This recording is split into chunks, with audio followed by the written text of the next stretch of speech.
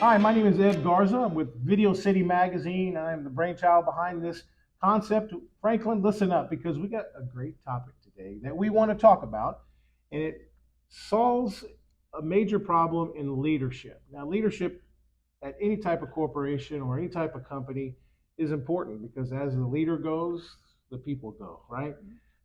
Whoever's at that helm of that ship guides that ship, and the people on the ship are at his mercy, right? In terms of his skill sets. So before we do that, I want to tell you a quick little story before I introduce our guests. I want you to imagine I was at a train station and I remember seeing a young man with about three children.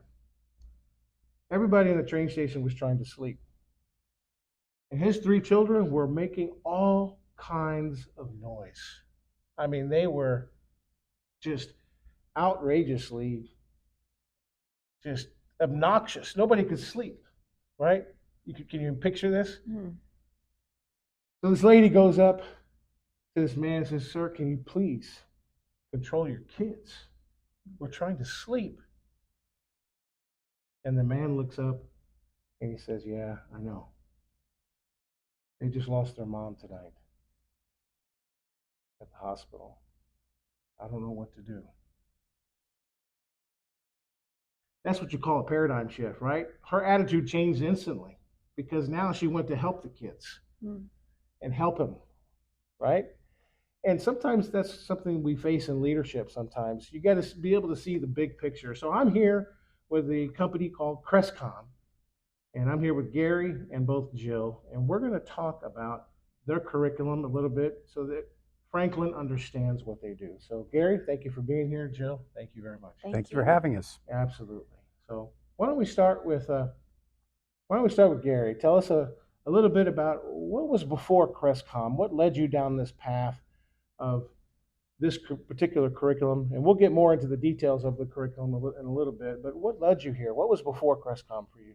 Right. So before Crestcom for me was about a 30-year career in IT. And so I was a nuts and bolts IT person. Many people have heard of Cisco Systems. I was really deep into the operating system that Cisco uses to run its networks and switches. Then in 2004, I went back for my MBA and I took a leadership class. I'd never really thought about leadership much before 2004. And in this leadership class, it got me thinking about the leaders I currently had in the organization I was, the leadership position I was in where I was supervising other people, but also it brought me back to think about my upbringing, the leadership I had in my home, the leadership I experienced from different teachers in school and in college and in the fraternity. And it really sparked my thinking around that. So it started for me what's become almost a 20-year journey of learning everything I can about leadership because it really, I understood how passionate I was, not just about helping the leader, but about helping the people being led. That's great. Love it. Love it. So you are based here in Tennessee, right? And Franklin, particularly, right? Yep. So that's great. Crestcom in Middle Tennessee. Yes. That's wonderful. Wonderful. And Jill, obviously, you have a direct relation to Gary, so that's great. Tell us a little bit about what was before Crestcom for you. Yeah. Before Crestcom, I've had about a 15-year career in exercise physiology. I've been a wellness manager for a long time for a utilities commission and helped those guys and girls stay as well as they can physically and emotionally and mentally. And we made this decision as a family to converge in one place. So we moved a couple of households from Chicago, a couple from Orlando, and we're still trying to get those LA folks to come over as well. But when we did that, Dad and I, well, really, you and Jean asked if I would participate, and I'm glad to. Awesome, that's great. So leadership has different styles. I know that. I know my leadership style is a little bit different. I like to get in there and serve and understand a process before I ask somebody to do something. I like to fully understand how that piece of technology works so that if I need to do it, I can do it. And I also can teach it with confidence as well. Mm. I like to put together systems for my team to make it easier for them to row the boat, so to speak, right? That's the type of leader I am. And you know what? The downfall for me sometimes, and you could probably address this, and I want you to, is I get so involved in the operation, right, of getting all that fixed Mm. that it takes away from some of my quality time and doing what I'm really called to do, and that is to speak and to entertain and be in front of people and speak and evangelize what we do, right? And that's bottom line. That's what drives revenue for our company. Yeah. When I'm speaking or I'm talking to people, not when I'm doing operation stuff, but I get hooked on that sometimes because I want them to be successful. Yeah. Does that make sense? It does make sense. And you know what? We actually have a module on delegation. Mm-hmm. And one of the best phrases I've ever heard around that, which didn't come with Crestcom material, but it's still very good, not an absolute, only do what only you can do. Mm-hmm. So maybe that'll help you going forward. Yeah, it does. It does. You just got to, it's that trust factor for a lot of entrepreneurs, right? Or founders. Or maybe you're dealing with intellectual property that you don't want to expose. There's a lot of these concerns that come up that you just really need to fix. Yeah, appreciate you bringing up trust. It's another one of our modules. Yeah, that's right.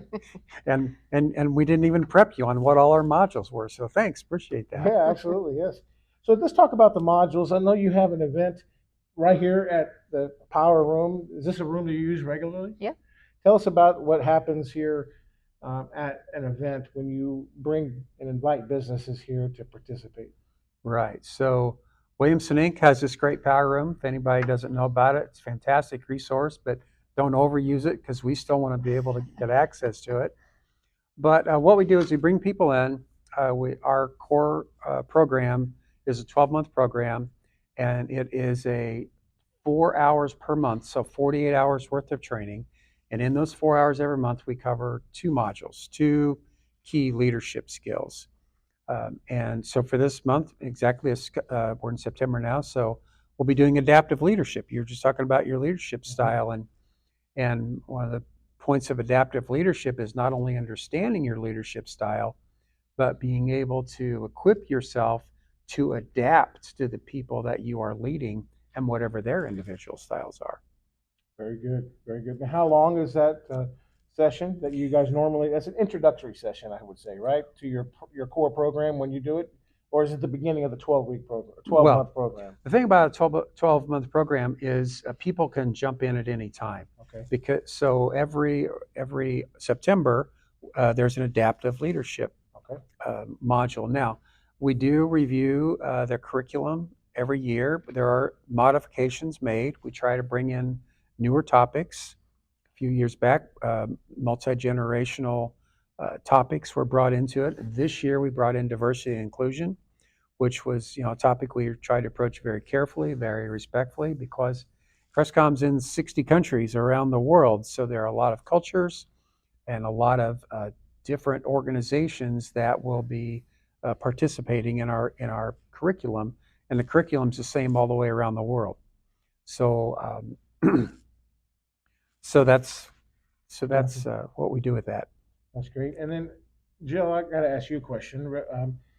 I see you out in a lot of networking communities, sort of talking about this concept, telling stories that engage the audience a little bit, kind of trick them, riddles, really just kind of fun stuff. So, but what part does that have a role in leadership? Is that part of adapting? And a leader has to deal with potentially a lot of different cultures, depending on how big their company is. Yes. A lot of different backgrounds, a lot of different, possibly even religions. Yeah. And you have to be, I guess, what you would call, being my background in theology, kind of like Paul said, all things to all men. Yeah. Is that right?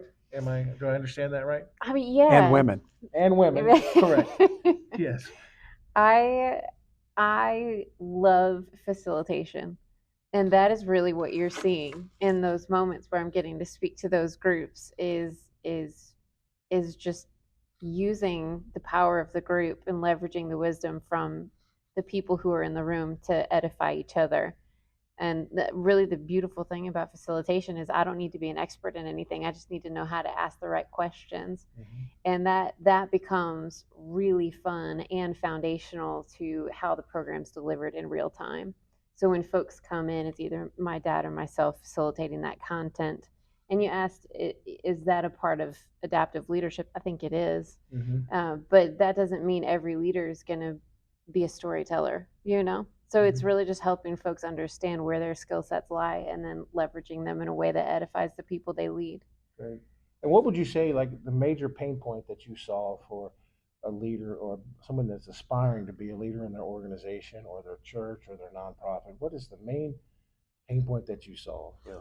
Well, this might be too general, but Okay. but the thing is, so often, and if we think back, so many people we talk to, they go home on Friday, a technical specialist in whatever there is. For me, I was an IT specialist, right? Cisco systems. Came back in on Monday, still had that responsibility, still wore that hat, but now I had people reporting to me.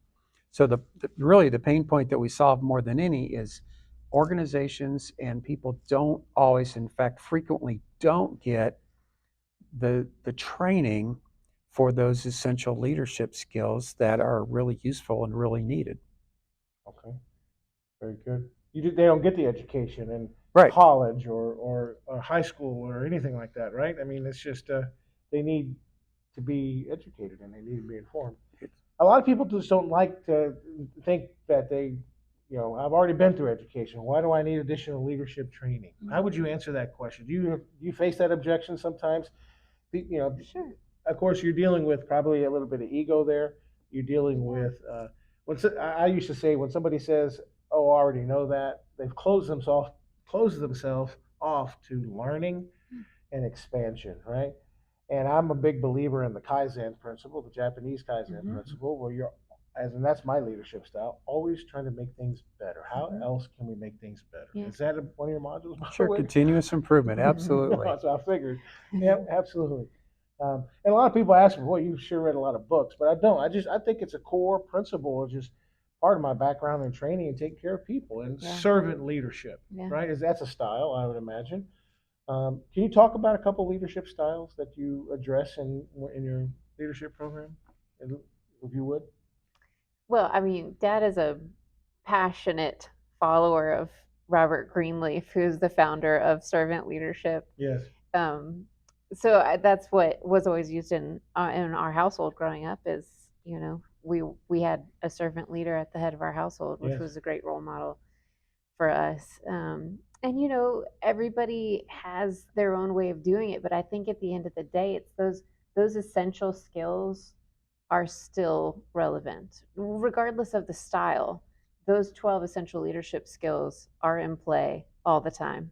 And that's the beauty of the curriculum, is that we're not really speaking to a certain style. We're just speaking to, these are just quantitative skills like communication and how to manage conflict in a productive way, and how to lead across generations. Like those are just skills that are going to be relevant regardless of whatever style the leader's speaking. So your curriculum could bleed over into a variety of industries. Maybe an HR director, maybe a CFO, anybody that deals with anybody in their tree of organization, where they have to have those skills to be able to communicate effectively, to be able to delegate, and without offending, because offense is a horrible thing to live with, especially if it breeds and is allowed to grow in an organization. Yeah. Right. Right. If that offense stays in the organization, it's like poison, So. And it drives people out of organizations. That's right. And right, the curriculum that we have can be useful in any industry. There are a couple industries we maybe don't target as much because there's constant turnover in those industries, and we like to help people invest in their people by providing them education. But go back for just a second. You talked about leadership styles. Here's an example. A command and control leadership style I ran into a lot in my earlier years.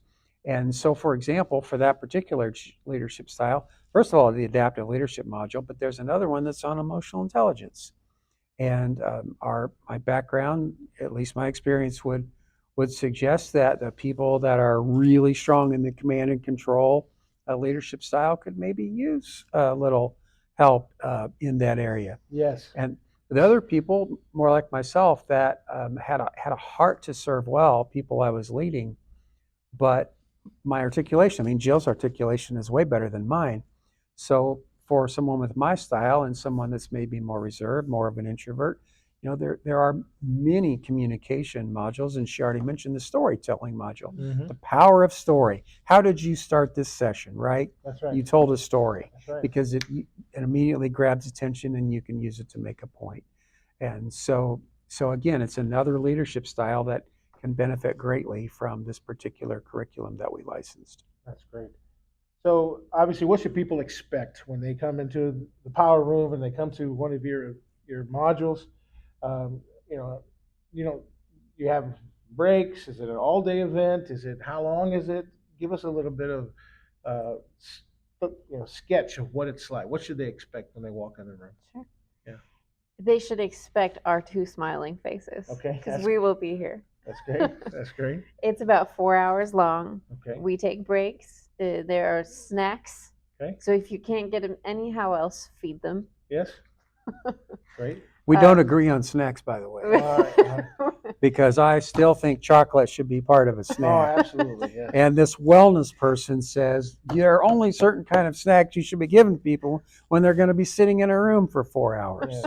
What are that? Nuts and fruit, maybe? Yes, exactly. Yes, right. Yeah. Where are the chips and the chocolate? That's right. This Yeah. So you might notice people walk into our session. You might notice there's a little bit of tension between what are the snacks back there on the back of the table. Yeah. But we do pretty much agree on that. And you do it in the morning, afternoon, weekends. Tell us. I mean, how do people need to adapt their schedule? Right now, class is in the morning, and I expect it will stay in the morning. For the rest of the year, we're on Fridays once a month. And when we hit 2024, we're going to shift to Wednesday mornings. That's great. Just once a month. So in that class, there are really four main ways people learn. One is through the facilitation of the material, which is either Dad or myself facilitating the content. There are also subject matter experts that deliver through video little clips, 7 to 10 minutes long, on the subject that we're talking about that day. And then there are also activities that we get into quite a lot, which I love. Get folks up out of their seats. They're not just sitting there listening to somebody lecture for hours, because that's boring and you lose people real quick. So the activities are really strong. I think they're really engaging, and we get a lot of really great interaction from the folks when we do that. And then the fourth way folks learn is from the other people in the class, because like I mentioned earlier, the beautiful thing about facilitation is leveraging the knowledge and the wisdom and the experience of the group in a way that they can make each other better. And it's probably my favorite part of all of it. Absolutely. So that's why we look forward to having you in one of these chairs, because you have a lot that you can offer to the other people in the class, and you might even pick up a little something from us. I agree. I do agree. Absolutely. I think everybody has room for improving. I know they do. And I think it'll bleed into all aspects of their life, being a better husband, being a better father, yeah. everything else. It's not just about the work, because they spend a lot of time at home with their families. So, maybe you're a little rough on the edges, and that type of leadership style where you offend a lot of people. And there are leadership styles that can do that, especially the people that are what I call like the mellow yellows in your organization, right? Well, they could really hurt them if they're not careful. Mm-hmm. So you have to learn to be adaptive and maybe change your tone of voice, and sometimes delegate something as well. You've hit the nail right on the head. There's a story of a recent story of a fellow that was required to come to class, and he would come every month, very straight face, no interaction, arms crossed, not participating, clearly not happy to be there. Yeah. And after several months of the class, one day he set up, unfolded his arms, gathered his materials, and left. Not a word to anybody.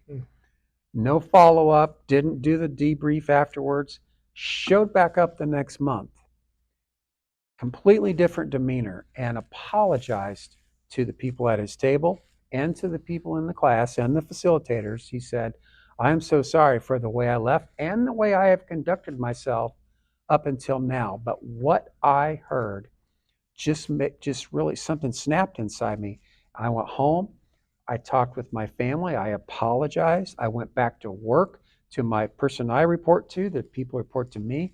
I said, it has completely turned my life around because of what I got in here. Now, I mean, our main thrust is to help people get a return on their investment in the class. It's very important to us. But there's a case, just what you just said, completely changed that particular individual's life in all areas of his life. That's fantastic. Yep. And that's true to anything, really. You know, I'm a big believer, and you have to. If you're not taking care of, you know, your home, you know, and that deals with all. It bleeds over to every aspect of life. It bleeds into your work. It bleeds into every category of your life. So there's always room to improve, folks. I mean, Crestcom, leadership, skills. The curriculum's been around for how long? They've been working on the curriculum for 35 years. So they have a standard curriculum, but they do review it every year to make adjustments. Great. So if you'd like to come test it out and check it out, I would certainly reach out to both Gary or Jill, crestcomleadership.com. I'm sure they're available. Their information is going to be below this video, Franklin. So Williamson County, or Rutherford County, or anywhere really in Tennessee, Middle Tennessee, if you're looking to hone in and sharpen your leadership skills, no matter where you're at in an organization, whether you're a C-level executive or you lead a sales team or you lead a church or a nonprofit, or you have your own business and you're looking to sharpen your skills and become a better person in general. I don't think there's anybody better in Franklin or Williamson County or Tennessee to meet with. That's Gary and Jill. So thank you guys for being here. Appreciate sure appreciate it. Any last words? Because I always like to ask one last question, and you can both answer this. If no one, I mean no one, ever had a chance to hear from you again, not one word out of your mouth, what one thing would you want them to know about you?